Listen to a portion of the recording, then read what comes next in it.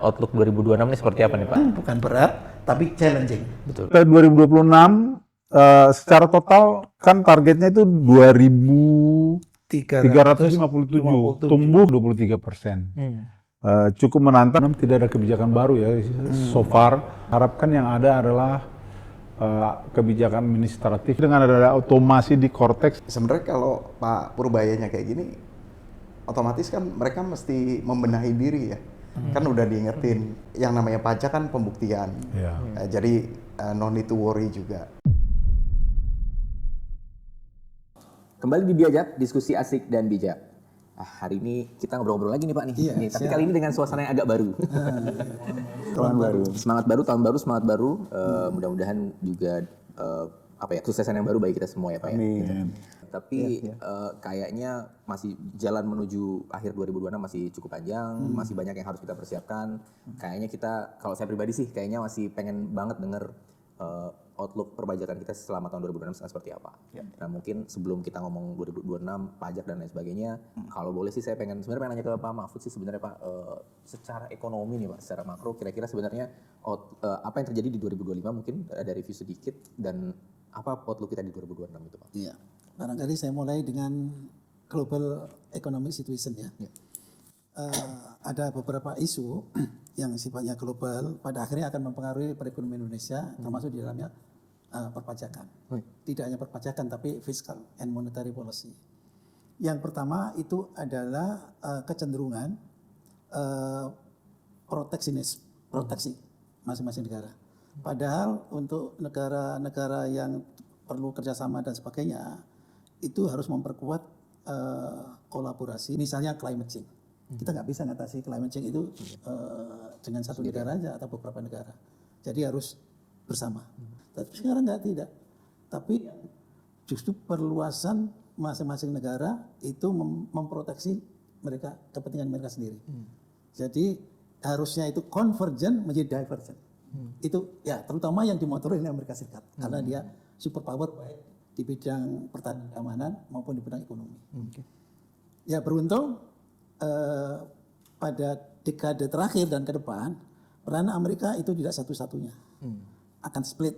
Kalau kita bicara mengenai porsi daripada perekonomian global, itu saat ini Amerika itu memberikan kontribusi 20% dari total ekonomi global. Dia dibayang-bayangi oleh China, itu kira-kira 18%. Belum lagi negara yang lain. Artinya di bidang perekonomian itu sudah split. Ya. Itu yang pertama. Yang kedua itu adalah slower global development trend.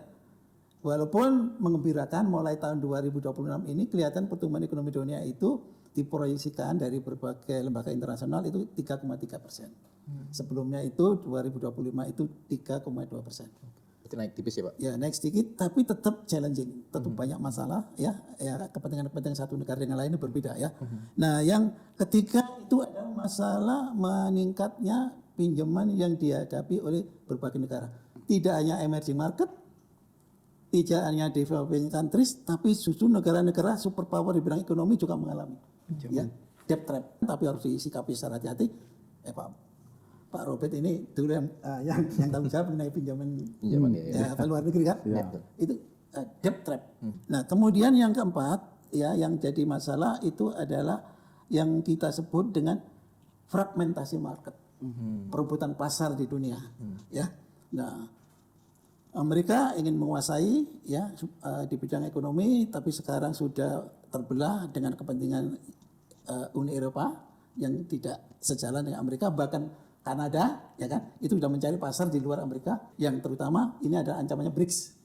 Di situ ada Cina, ada Brasil, ada India, superpower yang ketiga, ya kan, ada Rusia, dan bahkan Indonesia masuk di kelompok BRICS. Nah, yang terakhir adalah volatilitas daripada kebijakan moneter secara global. Ada namanya cryptocurrency dan sebagainya. Dan ini menyebabkan uncertainty ya di tingkat global dan akan berpengaruh terhadap masing-masing negara termasuk Indonesia. Tapi saya mensitir dari pernyataan Menteri Keuangan kita. Ya, porsi net ekspor kita itu terhadap GDP itu kira-kira ya kisaran 3-4%. Ya. Nah, Misalnya saja ekspor kita itu nilainya 24% dari GDP, impornya 21 atau 22. Kadang-kadang impor lebih besar. Nah, sehingga Menteri Keuangan kita menyatakan tidak terlalu khawatir dengan gonjang-ganjingnya global ini. Tapi bagaimanapun untuk kita bisa berkiprah makin signifikan terhadap perekonomian dunia, kita harus memperbesar net ekspor kita. Ya. Nah, itu untuk sebagai negara yang open market. Nah, apa itu dampaknya kepada domestik? Nah, ini ya itu pertumbuhan perekonomian kita. Ya, nah, tingkat pertumbuhan ekonomi kita itu dipengaruhi oleh tingkat uncertainty dari global ekonomi. Kemudian juga pengaruhnya kepada fiskal kita, fiskal and moneter, terutama APBN kita, bahkan APBD. Nah, kemudian yang pengaruh yang lebih lanjut adalah nilai tukar kita, nilai tukar rupiah terhadap currency yang lain, terutama dolar, yen dan sebagainya. Jadi ini aspek-aspek ini yang menyebabkan stabilitas ekonomi kita itu dijaga. Cara menjaganya gimana? Ya itu salah satu fiskal. Ya, sustainability daripada fiskal itu dipengaruhi oleh paling tidak 3 komponen yang besar: revenue mobilization, spending, dan financing. Nah, kita fokus di revenue mobilization. Tapi tidak berarti spending nggak masalah. Spending justru kita menghadapi berbagai permasalahan, ya, karena quality of spending kita itu masih belum bagus. Tandanya apa? Tandanya ekor. Ekor kita masih pada kisaran 6-7. Lawan dengan Malaysia. Nah, ini yang harus kita perbaiki melalui apa? Melalui peningkatan produktivitas. Nah, itu hanya salah satu aja. Nah, quality of spending harus diperbaiki. Nah, kita juga menghadapi berbagai masalah, tidak hanya teknikal tetapi politik. Kenapa? Nah, ini proses demokrasi kita itu ya sudah tidak bisa mundur. Teman-teman partai politik, masyarakat sudah menikmati yang kita sebut people getting used to. Menikmati dengan proses demokrasi yang sedang berjalan ini. Ketika ada ide untuk misalnya bahwa demokrasi itu perlu menjadi lebih sederhana, lebih cost effectiveness dan sebagainya, misalnya melalui pemilihan gubernur atau wali kota bupati melalui DPR saja, wah reaksinya keras. Apa artinya? Artinya ini cost yang harus kita tanggung, ya, cost yang harus ditanggung. Profesor Budiono mengatakan bahwa suatu negara kalau ingin demokrasinya mantap, itu ekonomi harus kuat dulu. Nah, beliau mengatakan, mensitir dari berbagai tulisan, ya, riset, bahwa income per kapita pada tingkat 6.500 itu baru kita bisa lebih mematangkan proses demokrasi. Pada waktu beliau mengatakan itu, per kapita income baru 3.000, sekarang 4.500 ya. Belum sampai dong berarti Pak? Belum sampai ya. Nah, itu kira-kira challenge daripada yang kita hadapi. Tentunya ini ada bauran kebijakan antara structural reform, monetary, and fiscal policy. Ini harus kita bangun bersama. Dan ini sebenarnya bukan merupakan teknokratis decision making, political decision. Nah, jadi justru yang punya peranan itu ya area orang-orang elit politik. Nah, di sini harus kita support dengan teknokratis, ya, justifikasi yang sifatnya teknokratis. Itu kira-kira seperti tax prime ini, kawan-kawan yang profesional perlu mewarnai dari berbagai aspek, khususnya aspek perpajakan. Itu kira-kira sebagai entry point-nya ya. Kemudian juga masalah budget itu tidak lepas dari aspek politik, sehingga banyak pengamat yang itu nuansa politik atau teknokratis, tentunya kita harus paham, terutama di negara yang demokrasi, yaitu ya berbeda pendapat itu adalah hal yang wajar. Nah, salah satu dari komentar mengenai pesimisme daripada kinerja perekonomian Indonesia termasuk budget itu juga banyak penganutnya. Tapi kami melihatnya dengan perbandingan internasional tadi bahwa pertumbuhan ekonomi itu somewhat malah leading terhadap negara-negara yang lain. Nah, tentunya tidak berarti tidak ada kekurangan. Banyak PR-PR yang harus kita perbaiki, terutama dari struktural reform, belanja yang berkualitas, kemudian juga prioritas daripada spending yang makin lama juga makin terbatas dan sebagainya, baik itu tingkat pusat maupun di tingkat daerah.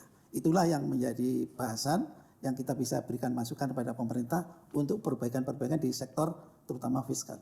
Saya kira itu Pak. Oke, berarti kalau lihat dari apa yang Bapak jelaskan tadi kan kelihatannya memang promising lah Pak ya. Maksudnya ada ruang untuk kita melihat ada harapan yang baik nih untuk Indonesia di tahun 2026 gitu ya.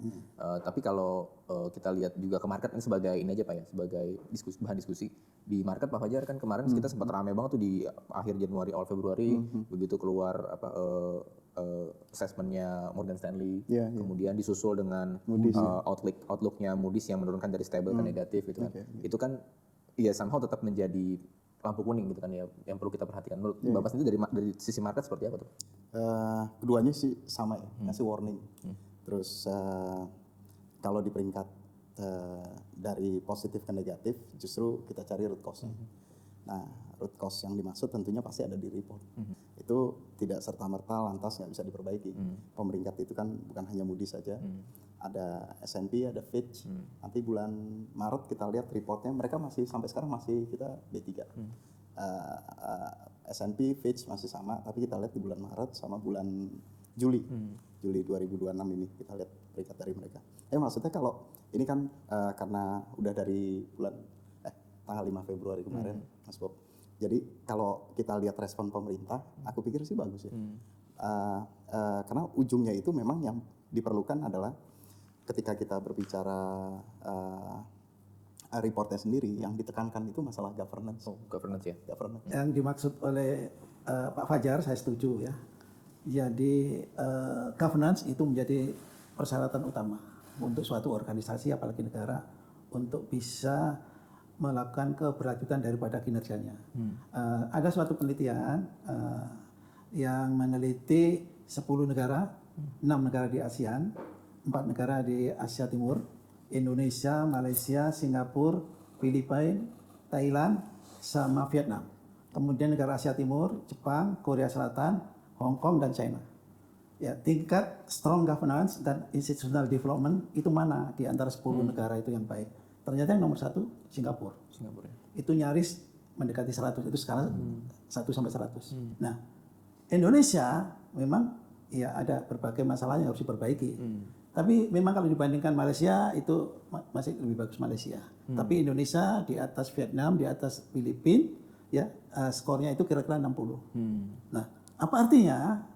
Dari situ kita melihat bahwa Indonesia ya somewhat on average ya, tapi perlu banyak perbaikan-perbaikan, terutama di tingkat governance ya, tata kelola dan sebagainya, korupsi dan sebagainya. Saya kira itu tambahan dari saya. Oke. Berarti governance adalah salah satu yang sangat perlu diperhatikan ketika kita menyongsong dan memanfaatkan momentum pertumbuhan ekonomi ini. Untuk menaik investor ya, apalagi foreign direct investment dan sebagainya yang berskala panjang, itu strong regulation ya, governance sama strong institutional itu menjadi persyarat utama. Oke. Tapi dalam konteks pertumbuhan ekonomi tadi Pak ya, saya masih balik ke pertumbuhan ekonomi dan melihat bahwa pertumbuhan kita ternyata bahkan masih cukup tinggi apalagi dibandingkan dengan rata-rata global ya Pak ya, yang 3,3% tadi dalam konteks outlook. Tapi kemudian kalau kita kan pada akhirnya tadi Bapak juga sampaikan ini juga all about political decision gitu kan. Political decision dalam konteks negara kan juga pasti direfleksikan pada APBN Pak ya. Kalau melihat APBN itu sendiri, terutama apa yang terjadi di 2025 dan outlooknya di 2026 nih kira-kira apa yang sekilas mungkin Bapak lihat nanti saya pengen coba jelajah lagi ke dalam terkait dengan penerimaan belanja dan sebagainya. Saya lihat dari sisi economic growth ya itu tidak ada masalah antara 2025 dan 2026. Tapi yang dimasalah tahun 2025 dengan pertumbuhan ekonomi yang 5,11 ya persen. Nah, kinerja perpajakan ini kok justru di bawah tingkat pertumbuhan ekonomi, terutama penerimaan PPN. Itu ada sesuatu yang perlu kita teliti ya lebih jauh.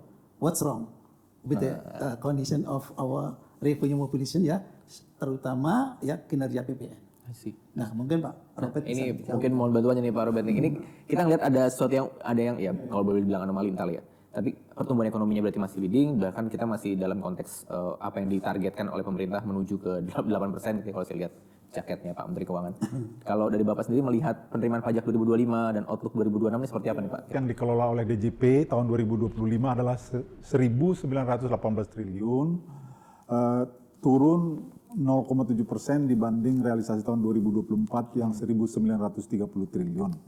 Ini memang satu realisasi yang agak mengejutkan karena ini pertama kali realisasi penerimaan tidak inline dengan pertumbuhan ekonomi yang 5,11% dan inflasi mendekati 3%. Di masa-masa lampau biasanya pertumbuhan penerimaan pajak itu mendekati pertumbuhan di size ekonomi, karena size ekonomi ini kan menjadi dasar basis pajak lah.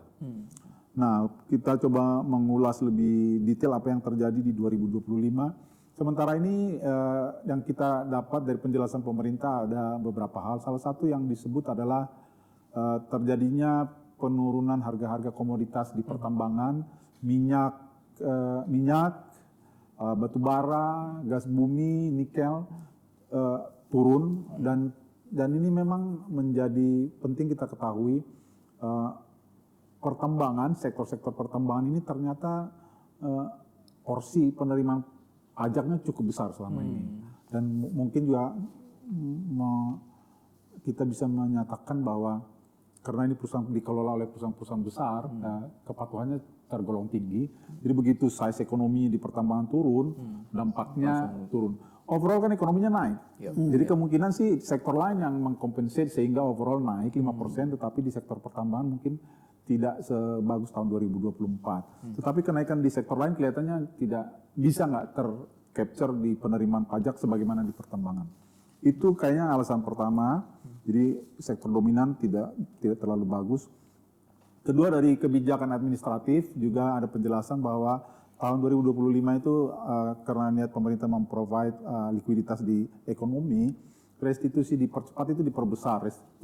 Para pihak yang mendapat kesempatan untuk menikmati restitusi dipercepat tanpa pemeriksaan ataupun jumlah pemeriksaan untuk restitusi itu diperbanyak sehingga restitusi tergolong besar 2025. Itu penjelasan-penjelasan yang kita dapat sehingga size penerimaan itu turun. Kalau kita bedah lagi lebih satu-satu, memang yang agak memprihatinkan adalah PPN dalam negeri itu turun minus 20%. Awal-awal saya baca saya agak kaget karena pertumbuhan ekonomi kita ini sebenarnya di drive lebih besar oleh konsumsi. Konsumsi lebih besar, 55%. tapi PPN dalam negeri turun. Wah, apa yang terjadi? Mungkin restitusi itu atau ada hal lain, atau mungkin bergeser dari sektor yang patuh menjadi sedikit tidak patuh. Yang juga turun agak besar, yang saya kan penerimaan kita yang besar itu kan PPN dalam negeri, PPH badan 2529, badan itu juga turun minus 4,7%, kontribusinya 300 triliunan.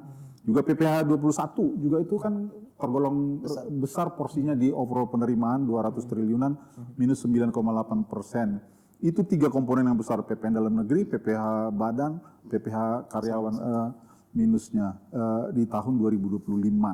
Tadi jadi ini pertama kali yang seperti disampaikan oleh Pak Mahfud, realisasi penerimaan tidak inline dengan pertumbuhan ekonomi. Itu yang terjadi. Mungkin pemerintah DJP perlu lebih menggali apa yang terjadi supaya responsnya lebih bagus di 2026.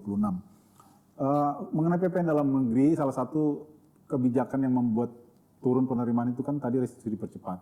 Saya bayangkan di 2026 ini, kita lari ke outlook dulu, harusnya sudah banyak restitusi yang diberikan, mudah-mudahan di 2026 tidak banyak lagi. Itu 2025. Tapi 2026 secara total kan targetnya itu 2.357, tumbuh secara grand total 23%. Cukup menantang karena growth-nya tadi dari Pak Mahfud 5,4% real growth dengan inflasi sekitar 2,5 sampai 3%-an. Jadi basis ekonomi tumbuh tahun ini 8,4% sampai 8,7% ya. Jadi basis pajak tumbuh antara 8,4% ke 8,7%, tetapi targetnya kelihatan PPH dan PPN secara menyeluruh kelola DJP tumbuh ditargetkan tumbuh 23%. Saya coba bedah lagi nih kalau per jenis pajak. Nah, yang untuk tahun 2026 ini dengan realisasi 2025 PPN dalam negeri diharapkan tumbuh 47%, yang besar-besar ya, PPH badan diharapkan tumbuh 37%, PPH karyawan pasal 21 diharapkan tumbuh 14%. Saya pikir ini cukup challenging bagi DJP untuk mengeksekusinya 2026.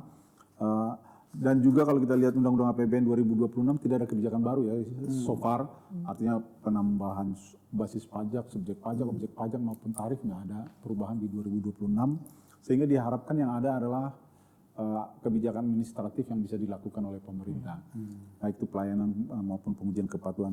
Cortex kan udah di launching, mudah-mudahan itu juga mempercepat pengujian kepatuhan dan juga mempercepat pelayanan, sehingga kalau ada kebijakan administratif yang diharapkan bisa meningkatkan penerimaan, saya kira menjadi harapan. Di samping kalau ada kebijakan-kebijakan lain yang bisa dilakukan 2026.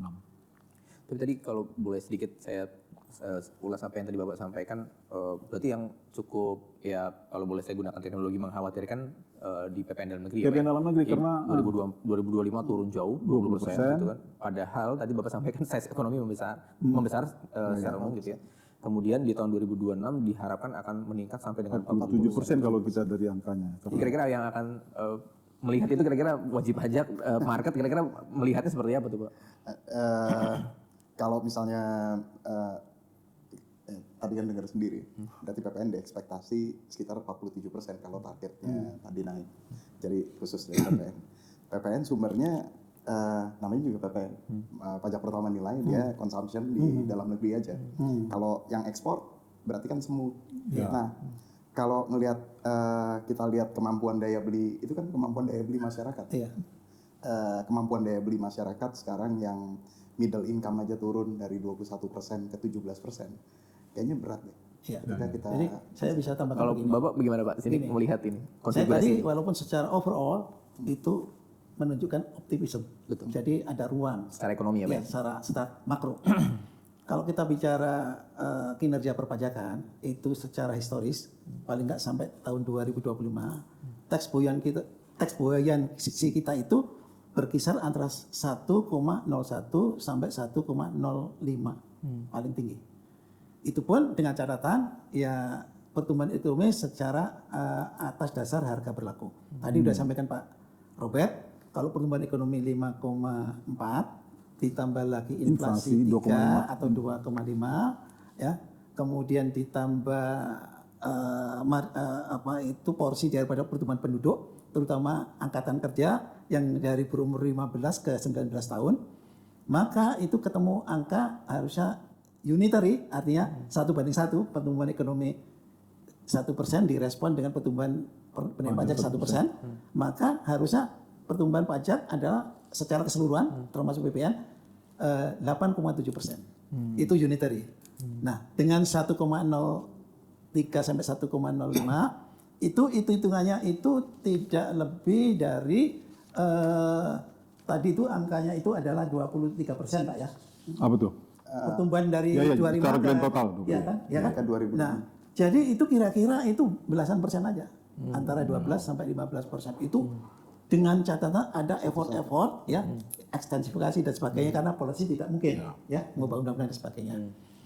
Nah, dari situ kalau tidak ada upaya-upaya kinerja perpajakan yang sifatnya administratif reform dalam tahun ke depan, tahun-tahun 2026 ini memang berat ya. Tapi itu saya terjemahkan bukan berat, tapi challenging. Betul. Ya. Challenging. Misalnya, ya menambah porsi jumlah yang diperiksa dengan objek-objek ya wajib pajak yang punya risiko yang tinggi dan potensi penerimaan besar dan sebagainya.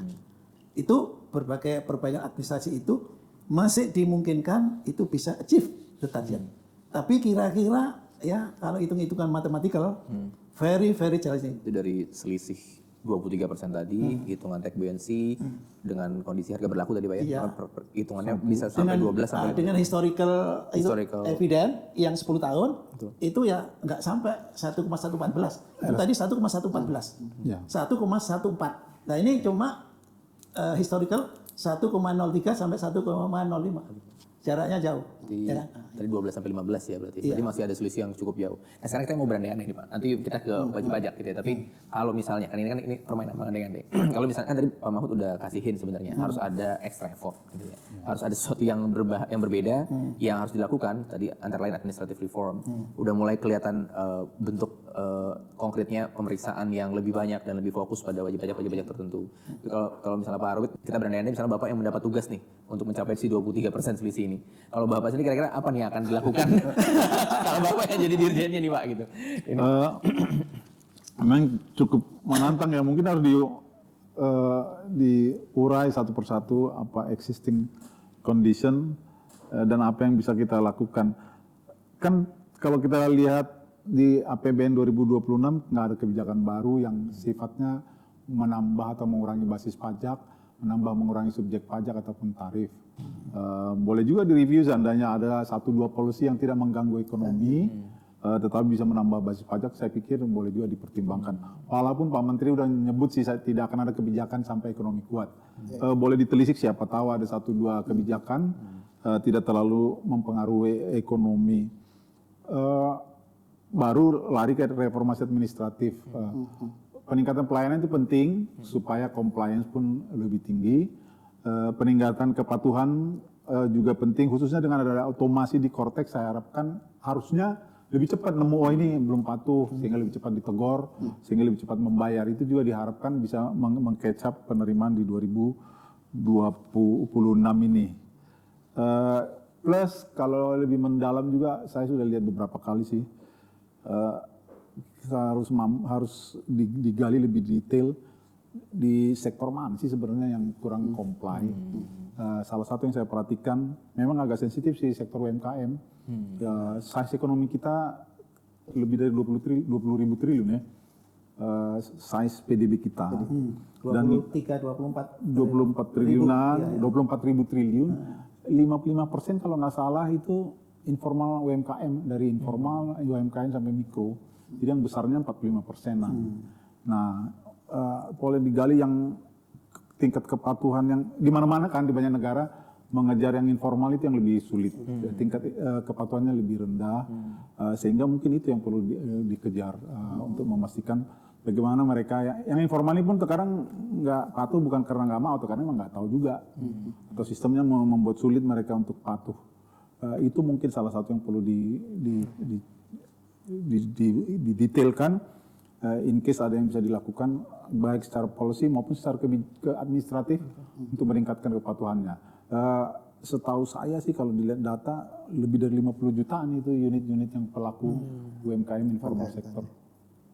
Tapi yang jadi wajib pajak daftar UMKM setahu saya masih di bawah 2 juta. Masih jauh sekali ya. Iya, Mungkin ini jadi, sedikit banyak menjawab permasalahan terkait jadi dengan di PPN sini tadi itu ya, Pak. tidak hanya apa yang dihadapi oleh pemerintah Indonesia. Berbagai negara termasuk negara OECD itu small and medium enterprise itu sulit ya. Tapi tidak berarti tidak ada solusi. Nah, barangkali pemerintah melakukan kebijakan yang lebih komprehensif. Tidak hanya misalnya saja mengejar-ngejar pajak saja ya, tapi didahului dengan mengembangkan mereka, menaikkan pangkat mereka. Misalnya ya, yang kecil menjadi lebih besar dan sebagainya. Apa kesulitan mereka? Tentunya sektornya beda-beda, walaupun sama-sama UMKM. Ada perdagangan, ada perindustrian, ada industri kecil, ya kan, pertanian, bahkan pertambangan. Nah itu harus diklaster, ya. Nah kemudian problemnya itu misalnya ada sektor yang itu masalahnya adalah input bahan baku, tapi ada juga permasalahan dihadapi adalah manajemen. Ada yang mereka hadapi itu adalah bagaimana proses pengolahan, dan yang paling penting sebenarnya marketing, ya. Nah selama ini yang banyak dibantu itu adalah funding, perkreditan, ya kan. Nah itu harus secara komprehensif dipetakan. Nah kemudian dari situ baru masuk ke sektor formal. Jadi pseudo ekonomi sebagian besar itu di Indonesia ini adalah informal sektor tadi yang dikatakan Pak Robert. Nah ini tentunya tidak bisa disulap untuk tahun 2026. Langsung Jadi ada time frame, ya, action plan yang terprogramkan secara bagus. Dan tentunya bisa mengikuti best practice yang dilakukan oleh negara, banyak negara. Nah kita kan kebetulan anggota OECD ya, itu bisa saling sharing information and knowledge. Saya kira itu dari saya tambahan. Ngomongin soal UMKM terkait dengan yang perlu dilakukan terkait dengan UMKM, saya jadi ingat beberapa hari yang lalu nih Pak, ada live TikTok dari anak dari Menteri Keuangan waktu itu, Pak Menteri kemudian ikut join. Kemudian ada peserta penonton gitu yang bertanya ini UMKM-nya seperti apa gitu. Pak bikin apa tadi? Pak bikin program UMKM biar maju. Oh, UMKM nanti kalau jadi pelan-pelan ada kejutan mungkin 6 bulan ke depan sampai setahun ke depan ada program yang menarik untuk UMKM kalau jadi ya. Saya udah ngomongin ke Pak Presiden, sepertinya dia bilang kalau bagus jalan aja. kalau nggak salah yang saya dengar pernyataannya tuh tunggu saja, mungkin dalam waktu 6 sampai 12 bulan ke depan akan ada kejutan buat UMKM. Nah, ini kejutan, mudah-mudahan kejutan yang positif ya Pak tentunya. Ya.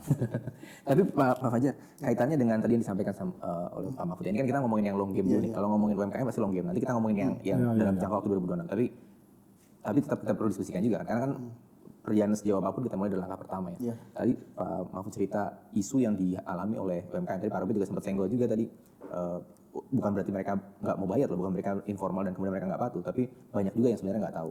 Di sisi lain bukan cuma soal pajak, tadi Pak Mahfud sampaikan ada soal marketing, soal accounting mungkin, soal pengelolaan perusahaan gitu yang mungkin perlu pendampingan sehingga mungkin mereka lebih siap untuk menjadi wajib pajak di sektor formal kira-kira. Nah, Bapak sendiri ketika sudah banyak sekali mendampingi bisnis di Indonesia untuk establish, kemudian berkembang, investment. Kira-kira yang Bapak lihat trennya seperti apa terkait dengan bisnis-bisnis baru ini, Pak? Kalau dari investasi sendiri, kalau dari luar Indonesia sih masih menarik ya Pak. Jadi memang mungkin bisa disambungin sama yang kemarin kita lihat kebijakan dari pemerintah Amerika Serikat. Jadi aku selama ini banyak dealing sama orang mau invest Pak. Nah, sebenarnya kebijakan yang diambil pemerintah Amerika kemarin itu menarik juga. Ketika kita negosiasi, terus kita dapat angka 19%, ya kita kasih mereka banyak. Tapi berikutnya, tiba-tiba Mahkamah Agungnya itu malah dia memutuskan lain kan, membatalkan. Nggak bisa, kira-kira kayak gitu. Nah, membatalkan, akhirnya balik ke tarif global 10%. Besoknya 21 Februari Trump naikin jadi 15% lagi. Nah, bagaimana nasib Indonesia yang 19%? Kira-kira kayak gitu. Nah, jadi memang kalau si dari representatif perdagangannya sendiri itu tetap jadi 19%. Jadi sebagian orang mungkin akan bilang, oh lebih untung yang nggak negosiasi dong. Saya dapat tarif 15. Indonesia kamu nurut dapat 19. Tapi kalau kita lihat lagi Pak, yang kita lihat lagi, jadi industri apa sih yang Indonesia itu malah dikasih banyak sama Amerika? Itu 0%. Jadi kalau misalnya kita lihatin alas kaki itu sebenarnya bisa nyelesain masalah isu unemployment kita kan jadi banyak kan buruh. 2025 kemarin namanya PHK ada 44.000 orang. Nah ini sebenarnya langkah bagus sih sebenarnya. Maksudnya kalau kita lihat kan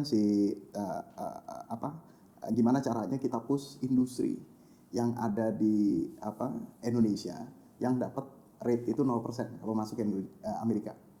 Bayangin mungkin negara lain kena 15 kita dapat 0, kenapa nggak kita push aja industri-industri itu. Nah jadi orang yang investasi dia akan melihat peluang itu Pak. Peluang ketika terjadi perbedaan kondisi mulai dari raw material. Jadi itu pada prinsipnya sama. Jadi kita lihat prinsipnya si John Dunning Pak. Dekat sama sumber daya alam kah? Raw material. Dekat sama misalnya utilities. Kita punya apa di sini? Punya sumber daya manusia. Itu mesti kita lihat. Nah jadi terkait dengan investasi kayak gitu.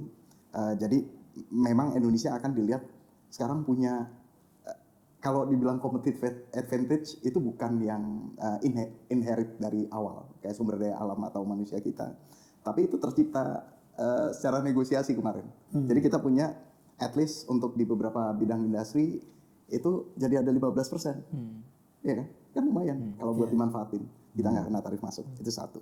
Nah kalau buat yang mulai dari kecil sampai besar ya Bu, pengalaman ya. UMKM itu kan kalau definisinya itu adalah perusahaan yang baru establish gitu ya, perusahaan lokal. Orang jadi pengusaha kan macam-macam Pak. Misalnya ketika mungkin dia nggak bisa bekerja, nggak bisa dapat pekerjaan, dia jadi pengusaha. Terus atau memang dia meneruskan usaha yang ada, berusaha mengembangkan gitu ya. Ini kalau kita lihat dari kayak yang tadi kan yang dibacakan UMKM sekitar berapa? Mungkin 50 sekian persen ya.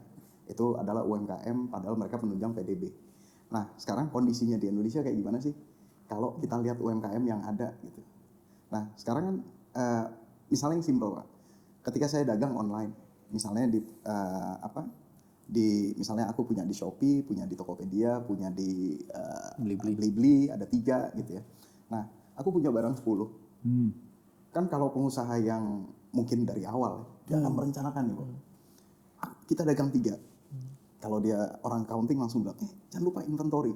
Kalau kita punya inventory 10, laku di toko 1, maka semuanya inventory jadi 9. Theoretical kayak gitu kan. Betul. Nah, si pengusaha ini dia nggak mikir gitu, Pak. Udahlah, kita yang penting jualan tuh, gimana caranya ningkatin sales. Jadi, how to survive pertama kan. Terus kedua, berikutnya, aku cuman nyikapin masalah, misalnya di e-commerce, karena transaksinya besar. E-commerce, 3.000 triliun, Iya. orang besar. Nah, sekarang kalau tadi kita ngomongin penerimaan PPN, kayak gitu ya. VAT, kalau misalnya aku dagang 500.000 rupiah untungnya untuk misalnya jualan laptop, sementara omset 4,8 miliar, coba aja dihitung-hitung. Aku setahun dapat uang berapa sih? Apakah cukup untuk misalnya lapor PPN, VAT in, VAT out? Cuman enggak, Pak. Hitung-hitung susah ngatur.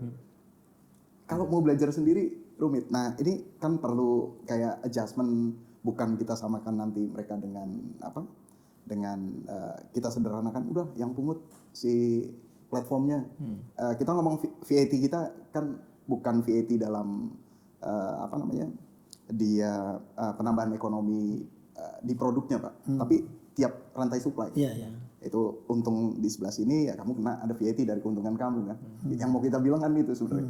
Nah, ini yang seperti ini kemungkinan besar di lapangan mereka akan pecah-pecah, Pak. Pecah-pecah. Gimana caranya apa namanya? Karena beban. Kalau kita lihat apakah untungnya itu akan tutup apa namanya? Menutupi misalnya biaya untuk pelaporan gitu ya. Administrasi PPN. Buat administrasi ya. Jadi mungkin isu paling ini sih di VAT ya. Karena 11% itu kan nggak kecil. Ya. Kalau income tax kamu pertama 0,5 ya kan? Masuk 0,5. Lewat dari itu bayarnya masih entar-entar. Nanti betul. Itu enggak. Sebenarnya itu bukan uang pajak kita juga. Iya. Tapi uang yang kita pungut. Dari konsumen. Iya, tapi bayangin ketika kita sorting di Tokopedia atau di bukannya konsumen itu murah-murahan. Pasti udah termasuk PPN segala macam udah include. Harga jual lahir kan ya. Kira-kira ya. Jadi memang kalau buat penerimaan PPN sih Pak, sama yang tadi mungkin aku sedikit tambahkan, semestinya sih ada perubahan policy ya Pak. Gitu mendasar. Entah mungkin nggak menyentuh yang di ini, tapi menyentuh di level kamu maunya apa, negara maunya penerimaan. Kita coba nyentuh policy yang apa bisa menambah penerimaan PPN gitu ya, atau tidak menggerus penerimaan PPN, tapi nggak ganggu sih kamu nggak industri ini kok. Itu masih dimungkinkan sih, gitu. Masih ada contoh-contoh industri yang misalnya polisinya diubah, tapi nggak impactnya itu kira-kira mungkin positif buat negara. Oke, berarti kalau gitu memang dalam konteks tadi kalau kita mau menyentuh perbaikan UMKM ya, tadi dalam rangka mendorong supaya mereka masuk ke sektor formal, dorong sebagai wajib pajak, dorong sebagai penyumbang penerimaan pajak, ya berarti ada ya selain tentunya bantuan dalam konteks administrasi, tapi juga policy kaitannya dengan PPN sendiri kan, yang sebenarnya memang jadi bagian krusial dari penerimaan pajak kita kan. Benar.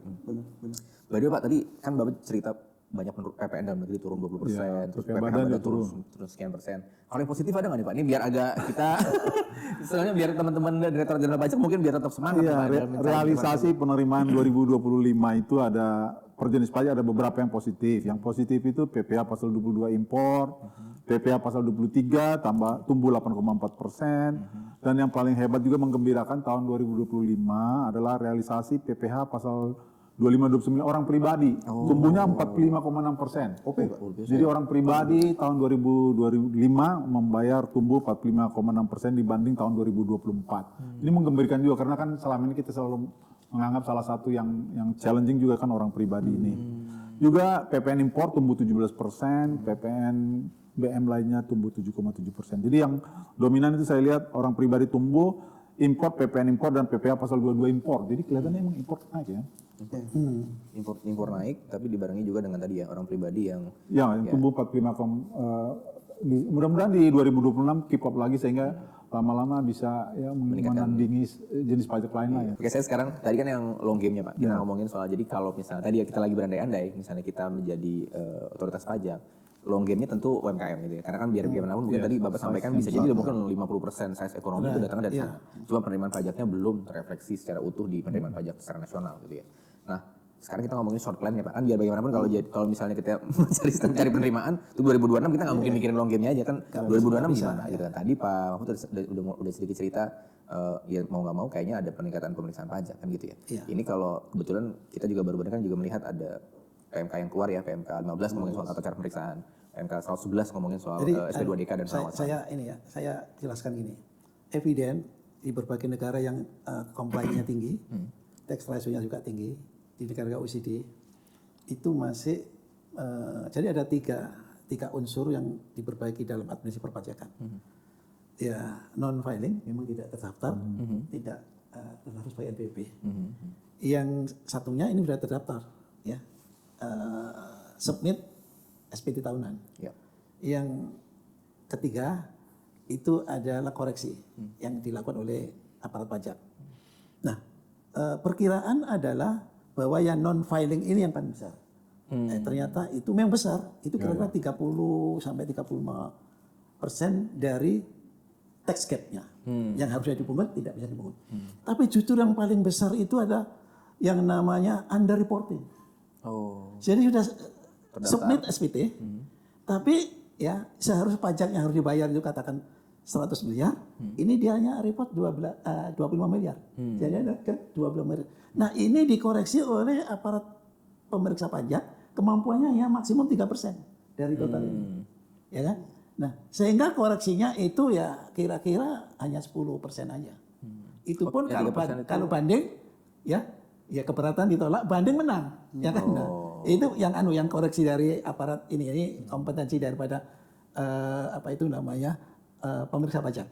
Jadi yang diceruk ya semua penting, tapi yang justru under reporting ini.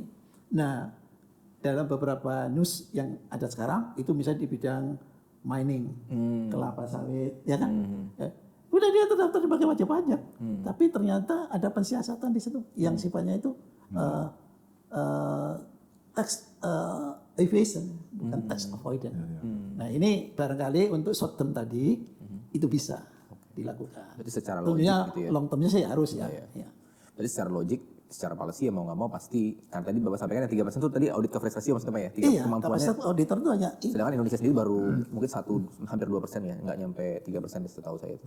Berarti kemungkinan besar arahnya adalah menuju ke audit coverage ratio semakin tinggi gitu ya. Pak Bobi katakan short termnya itu ya. Betul, untuk tahun ini ya. Kelihatan ya Pak ya. Oke. Ada lagi nggak Pak mungkin yang akan sepertinya dalam jangka pendek bisa dilakukan untuk Pelayanan juga nggak boleh dilupakan, menjadi komponen yang sama pentingnya dengan pengawasan kepatuhan. Coba dipikirkan pelayanan apa yang mempercepat supaya setiap masyarakat itu memahami kewajiban pajaknya dan mudah untuk mematuhinya. Cortex mungkin membantu, tetapi coba di-create, saya nggak bisa ngebayangin yang konkret sekarang, tapi Cortex itu harusnya men-speed up pelayanan bagi mereka yang tidak tahu. Misalnya karyawan mau bayar, mau menyampaikan SPT tahunan bingung. Nah, sekarang dengan ada Cortex kan sebenarnya dia udah bisa melihat bukti potongnya automatically. Ada apa istilah SPT yang udah Pre-populated. ya pre-populated udah ada, itu kan meningkatkan pelayanan. Yang tadinya nggak mau ngisi SPT sekarang terbantu dengan itu. Yang seperti itu dirancang kalau bisa targeted terhadap yang informal sektor. Apakah ada pelayanan yang mengekspos mereka menjadi lebih mudah untuk membayar kecil-kecil aja ini sebenarnya karena populasinya besar puluhan juta, penerima pajaknya nggak banyak, tetapi begitu mereka masuk sistem sedikit-sedikit harusnya menjadi basis pajak yang sangat powerful di masa depan. itu dari sisi ekstensifikasi lah ya Pak ya, masuk terus dengan perbaikan konteks sistem ini bulan Maret tentu jadi salah satu masa yang sangat krusial ya untuk melihat bagaimana konteks. Kemudian tadi Pak Mahfud juga dan seiring dengan tadi ya terbitnya PMK 111, PMK 15 itu menunjukkan bahwa keseriusan untuk memperbaiki tata kelola pemeriksaan dan pengawasan juga semakin tinggi. Tadi sempat disinggung juga sedikit sama Pak Mahfud, ya yang paling logik sih tentu untuk jangka pendek adalah melihat pada perusahaan-perusahaan terkait dengan bidang-bidang yang secara tradisional memiliki penerimaan yang tinggi kan gitu Pak ya. Big business, high risk. Mungkin kalau kita mau lihat beberapa berita yang ada di media di masa ini, mungkin kita bisa lihat sedikit kali ya apa yang di bidang-bidang apa yang kemudian jadi sorotan pemerintah di akhir 2025 yang mungkin akan menjadi clue kira-kira bidang mana yang bakal dikejar dalam konteks diutamakan dalam konteks 2026 ya. Mungkin bisa kita lihat bulan November Waktu itu ramai sekali Pak, gitu ada Oh. dikumpulkan pengusaha-pengusaha CPO, pengusaha-pengusaha sawit gitu ya, yang kalau saya baca sih Pak dari press release-nya sih lumayan tegas sih pernyataannya, bilang segera perbaiki sekarang atau kami kejar atau kami tindak dan lain sebagainya. Oke. Itu yang kita lihat kemarin. Kemudian kalau kita lihat mungkin Batubara? yang lagi hangat juga mungkin terkait dengan batubara ya Pak. Batubara. Batubara. Ada banyak pemangkasan RKAB katanya. Bagus yang ini. Dalam konteks sepertinya dalam konteks meningkatkan harga batubara ya Pak ya. Waktu di awal kan banyak yang pesimis juga kalau harga batu bara aja mungkin nggak naik gitu ya. Realitanya kemarin memang ketika kita lihat angka pemangkasan ada yang sampai 7% gitu ya. Jadi memang tepat apa yang dilakukan, kalau dibilang naik memang naik. Iya. Nah, mungkin secara bisnis buat yang para penambang ini yang udah punya kontrak mungkin jadi isu juga dengan lawan transaksinya. Nggak bisa memenuhi ya. Iya, tapi kalau dilihat regulasi dari pemerintah tidak membolehkan juga itu bukan jadi tanggung jawab si yang berkontrak, kira-kira kayak gitu. Nah, tapi kalau dilihat Pak, sebenarnya pemerintah itu lagi naikin governance ditambang. Kenapa? Karena gini Pak, jadi kalau kejadian-kejadian ilegal sebelumnya ditambang itu kejadiannya mereka menambang misalnya di koridor-koridor yang nggak punya izin. Nanti mungkin pakai surat-surat orang yang punya RKAB. Nah sekarang kira-kira kalau dipangkas, berarti kan otomatis akan sangat sulit ya buat bergerak. Mungkin itu sih. Bagusnya sih itu ya. Kalau menurut aku sisi governance-nya itu ada. Tapi overall size ekonominya akan tumbuh nggak ya dari sektor itu? Harga naik Pak. Harga udah mulai beranjak naik. Kalau saya ada catatan ya, kita harus bicara kebutuhan short term, tapi tidak mengorbankan medium apalagi long term. Tapi ini mendiscourage investment. Misalnya di bidang pertambangan. Tapi secara keseluruhan itu kita get more benefit enggak? Nah itu, jadi harus hati-hati juga ya. Jadi ini jadi teman-teman pajak DIP, pihak juga tidak dalam posisi yang roomnya itu ya luxury-nya itu sempit, nggak ada luxury lagi, ya kan? Nah tapi kalau itu dipaksa dikejot, ya kita dapat duit, tapi investornya lari. Nah ini juga harus hati-hati untuk tapi kita setuju bahwa short term ini penting, ya. Tapi tidak memberikan dampak yang signifikan, mengorbankan masa depan yang justru jauh lebih besar. Dalam konteks tadi ya kebutuhan short term tadi kan berarti kita bisa menduga gitu kan secara logis bahwa tadi ya berarti kan CPO udah ada di media, batubara juga ramai, CPO, batubara, minyak bumi, emas gitu ya, itu sudah sepertinya akan mulai jadi tekanan. Nah sekarang saya agak lepas dulu Pak dari sisi otoritas pajak yang dikejar target penerimaan yang luar biasa, yang tidak mustahil tadi kalau kata Bapak tadi tidak mustahil tapi sangat challenging. Nah di sisi lain berarti kan dengan kita bisa melihat bahwa kalau tidak ada policy yang luar biasa, maka sisanya langkahnya adalah administratif yang perlu digenjot, gitu kan. Meningkatkan audit coverage ratio sampai 3%, dan yang pasti akan disasar tentu tadi ya bidang-bidang yang sudah mulai dibisikin, udah mulai ada indikasi dari pemerintahan ini, CPO, batubara dan lain sebagainya. Kalau dari saya coba agak pindah ke sisinya wajib pajak, gitu Pak, menghadapi ini Pak, karena boleh dibilang di 3 bulan terakhir 2025 saja gitu ya.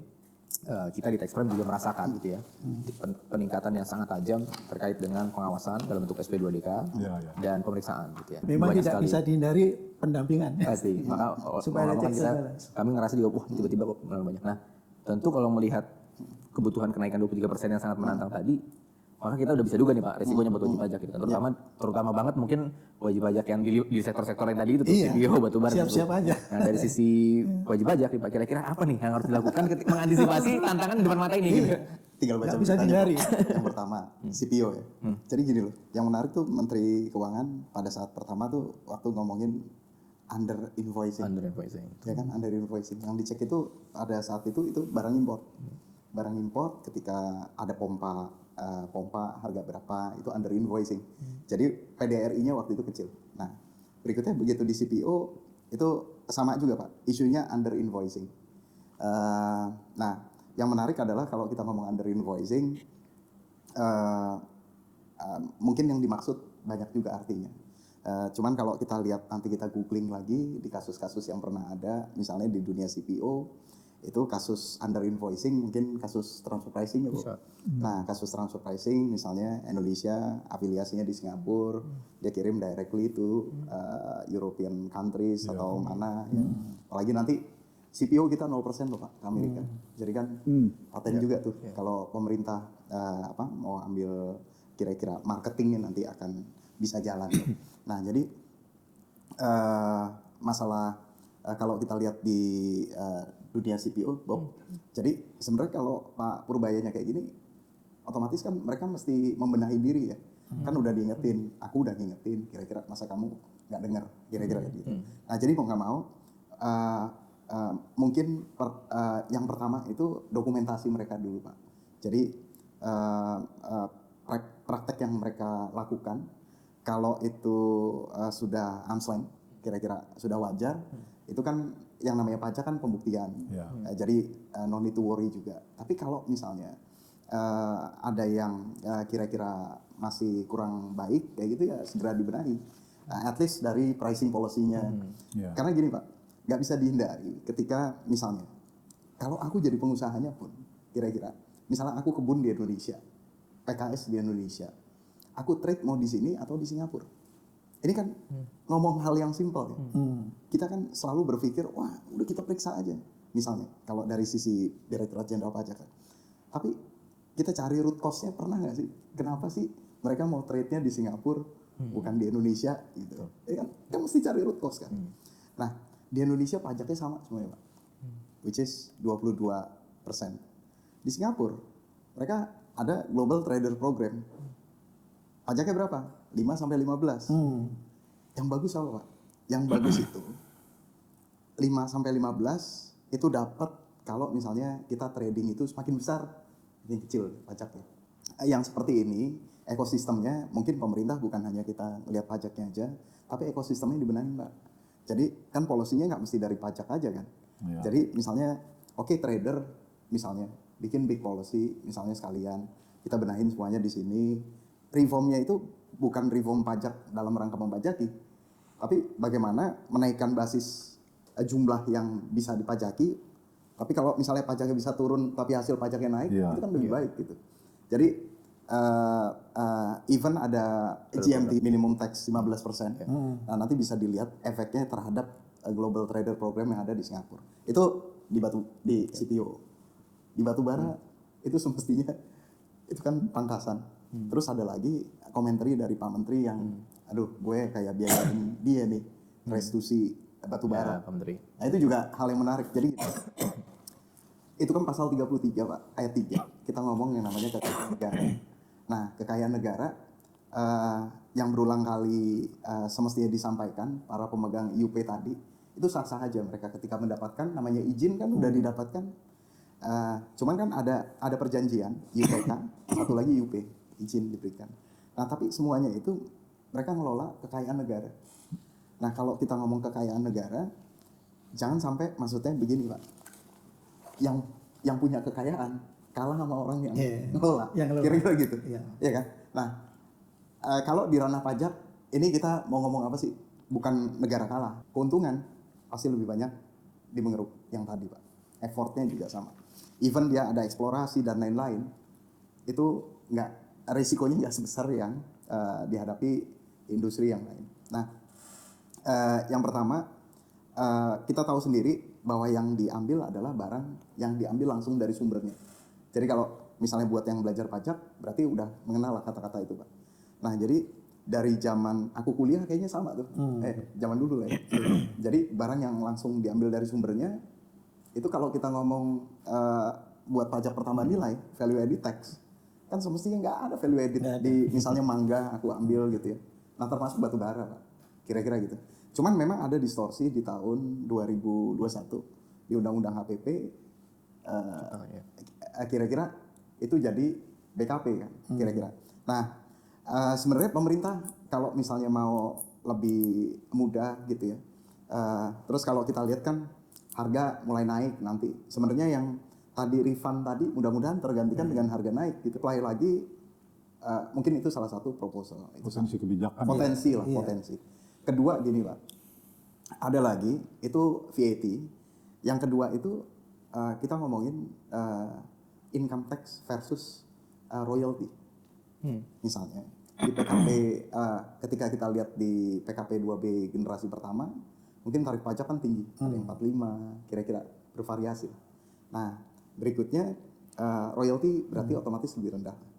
Nah, berikutnya kan ini switch dia.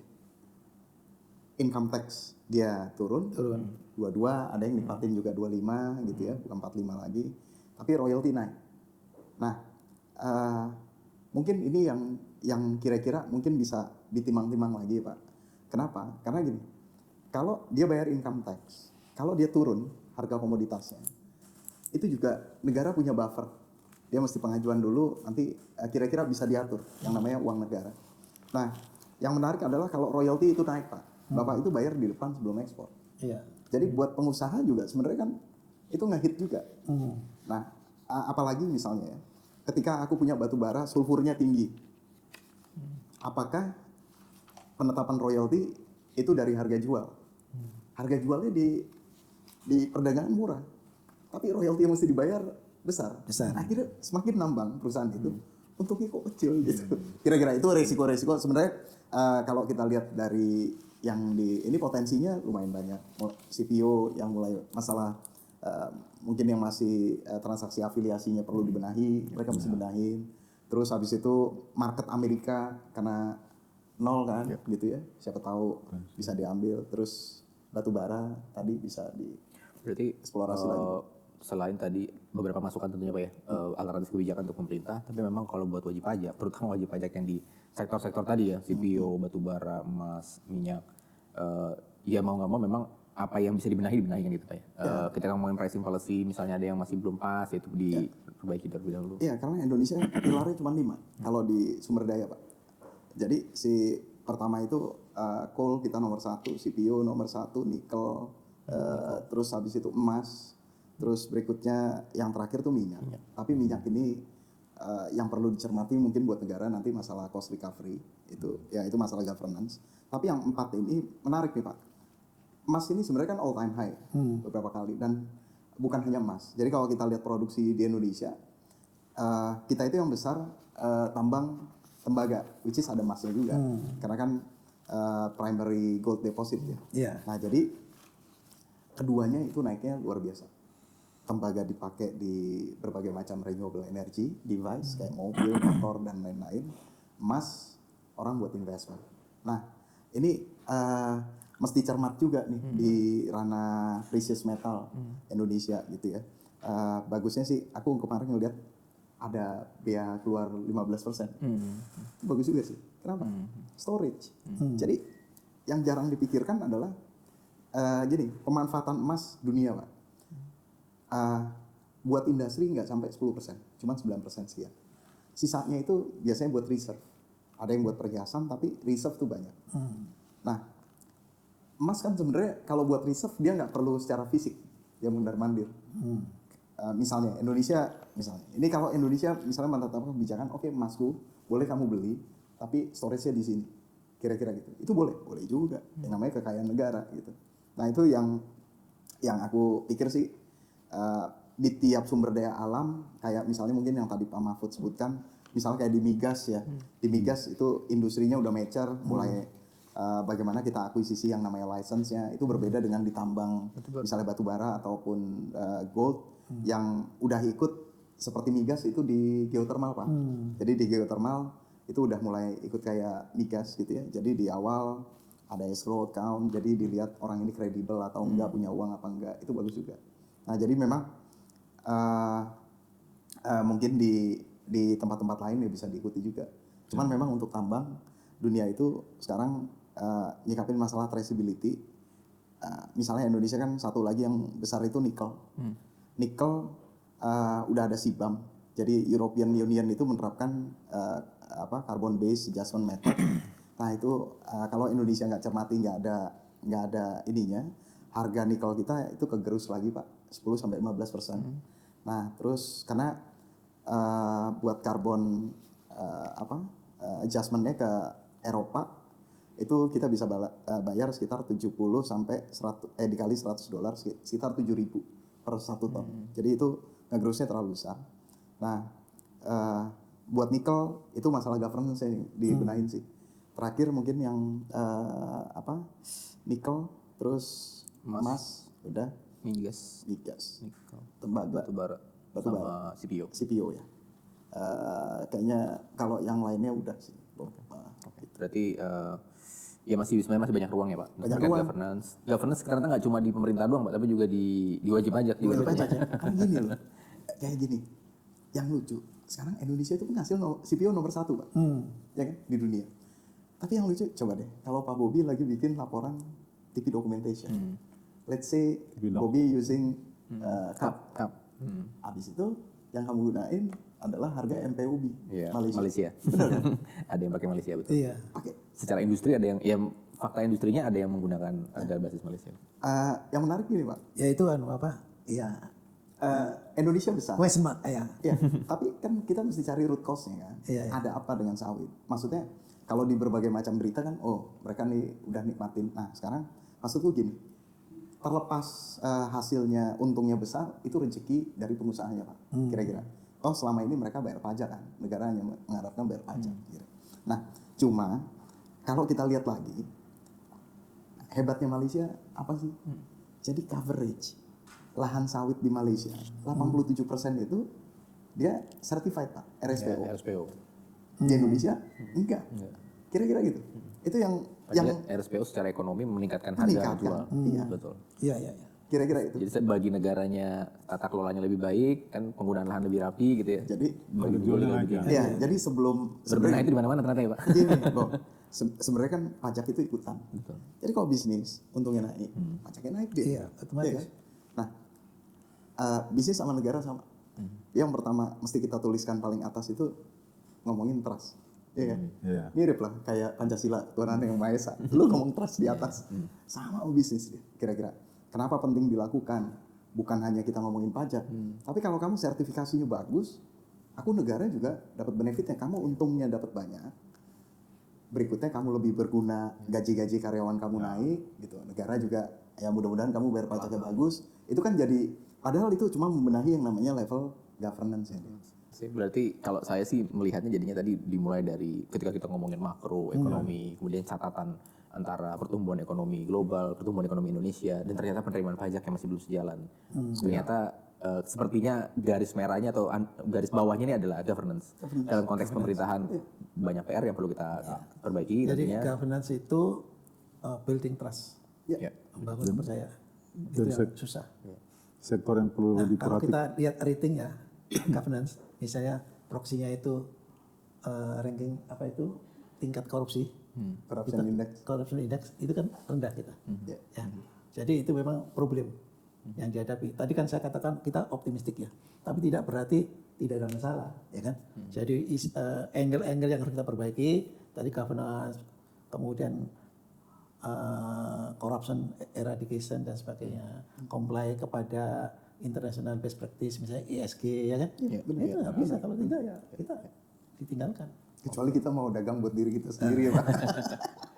Dan di sisi wajib pajak ternyata juga governance juga. kan? Iya, sama. Ada Jadi pricing di policy, pajak gitu. itu ya secara berkelanjutan harus ada reform, khususnya administrasi, sistem prosedur dan sebagainya, pemeriksaan, pelayanan dan sebagainya itu kan administration. Terus kemudian struktural reform. Karena pajak itu, kenapa orang mau bayar pajak? Karena masyarakat mengharapkan what the government do for the society. Pelayanan dari mulai perbaikan lingkungan pemukiman, kenyamanan hidup di suatu tempat, tidak ada preman, paling nggak berkurang lah ya, lampu cepat, ya kan? Business ready. Ya itu readiness untuk bisa service itu. Nah itu ya akan menyebabkan itu tadi Indonesia akan menjadi salah satu rebutan untuk melakukan investasi karena tempatnya ada, ya ruangnya ada, kita kayak sumber daya alam. Demikian pun dengan kekurangan-kekurangan masih atraktif, ya kan? Indonesia masih atraktif. Jadi kita tidak perlu mempertajam, mendramatisasi kekurangan, tapi kita perbaiki, ya. Nah, tapi kita picture tadi kita katakan bahwa Indonesia dipandang dari pertumbuhan ekonomi dan sebagainya, tata kelola fiskal itu is okay, ya kan? Manajemen daripada utang pemerintah, ini Pak Robert ini dulu yang memimpin kan ya. ya, kemudian defisit dan sebagainya. Nah ini pajak ini sebagai kalau Menpora itu strikernya, ini memang pembenahan yang serius ini, gitu, dari berbagai aspek. Oke. Oh, tadi ada long game-nya kita ngomong cukup panjang lebar soal UMKM gitu ya, yang ke depan harusnya akan menjadi the new backbone of Indonesian tax revenue gitu ya. Tapi juga ada short plan-nya tentunya terkait dengan peningkatan pengawasan dan pemeriksaan. Dan ujungnya adalah governance baik dari pemerintahan, dari wajib pajak menghadapi tren yang akan meningkat gitu ya, pemeriksaan dan pengawasan mau nggak mau memang mau berbenah gitu ya. Apalagi nanti ke depan masih ada, kita akan hadapin Cortex Maret April gitu ya. Kemudian nanti ada penerapan awal pertama global minimum tax, mau nggak mau memang governance dan compliance siapa ya yang akan jadi sorotan. Luar biasa, makasih banyak hari ini Pak. Ikuti terus podcast kita Diajak, follow dan subscribe ya.